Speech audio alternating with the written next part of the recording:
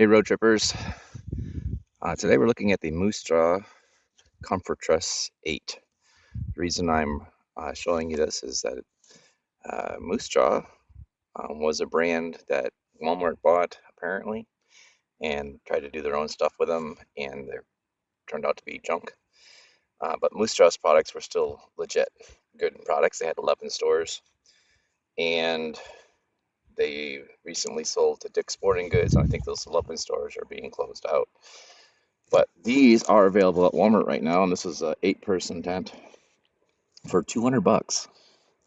I thought, gee, it looks pretty big and nice for $200. And you can see how long this thing is.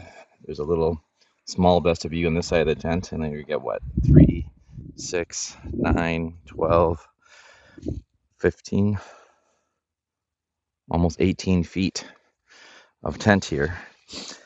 However, this part is just the rainfly vestibule, and the tent starts here and goes across. So if you didn't, we'll take the rainfly off and I'll show you the tent by itself.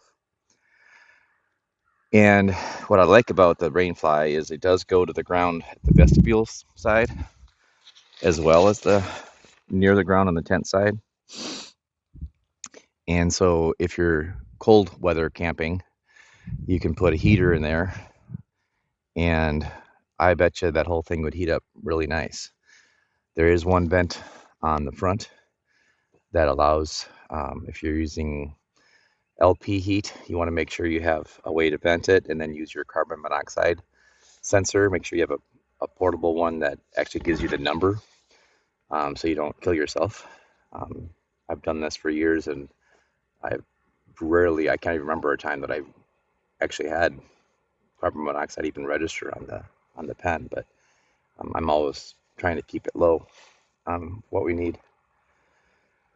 So I'm not sure for heavy snow camping if it would be okay, because there's not a support here. So if the snow were to stack on top here, you could use a pole, tennis ball on a pate pole or something like that to keep that going. But it has aluminum poles instead of fiberglass, which I thought was pretty amazing for $200. And its setup was a little awkward. If you set up a lot of tents, the initial setting up of the tent itself was really super easy. I'll show you that in a bit. The rainfly was a little unique in that that front pole, there's really no sock or guide or clips to put it in on the outside. You actually have to set it up on the inside, and it has some Velcro straps that you have to undo and clip around. I'll show you that in a second. So here's the outside. Let me take you inside. Okay, we'll go into the vestibule area first, and you can see what I was talking about with these straps. There's a couple orange straps that you connect to, and then you have a door, and this whole door opens wide open, and so that's open. And of course you can see the pictures online with different people using these and just leaving that open, and when it's warm out. However, if it is warm out, then this tent has no side windows, which is a negative, but it has two sections. The front section here have some privacy up to about 5 feet, and then you can clip on a wall here, so you can actually stay pretty private if you wanted to sleep with the top off and look at the stars. Otherwise, the back side is all mesh, and then there's a back window that opens up, and then you've got the rainfly with the vent, as well as a back small little vestibule if you wanted to put your shoes and stuff out there. Come in that way. I don't know. You guys know how you would use it. So that's the inside. There's some more pictures online. Let me take the rainfly off so you can take a look at what it's like. One other thing that I thought that was really cool, they send you some pretty nice metal stakes instead of the really boutique ones.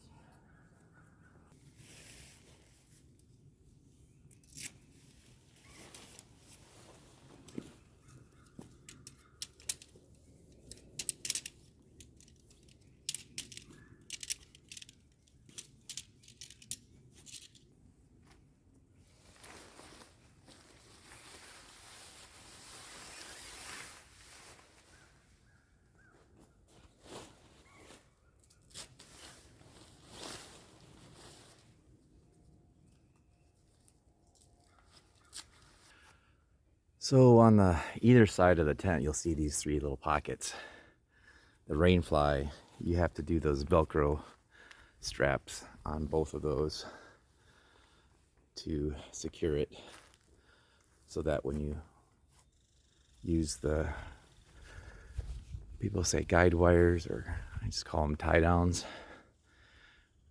rope it down. That gives you your vestibule overhangs, because then you're not pulling the rain fly off the tent.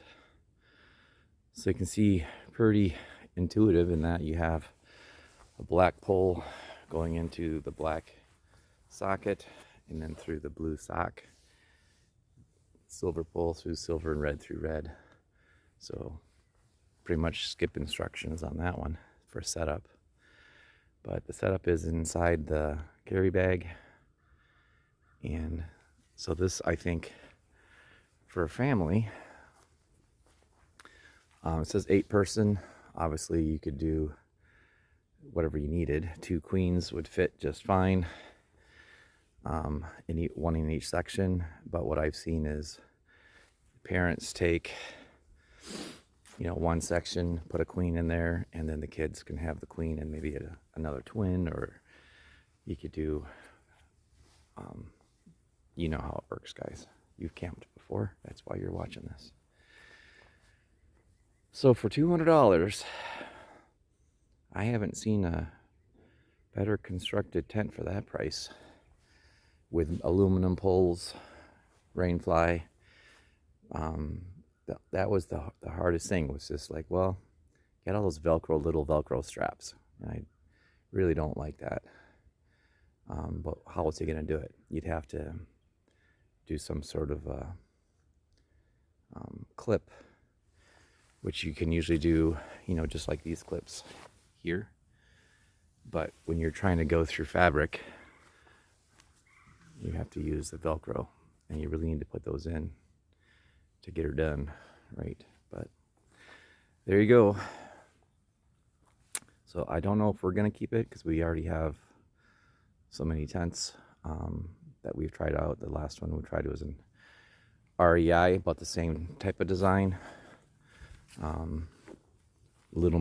lot more doors and windows on the rainfly, because you can open up 4 flaps on the sides as well as the front and the back. So but here you go.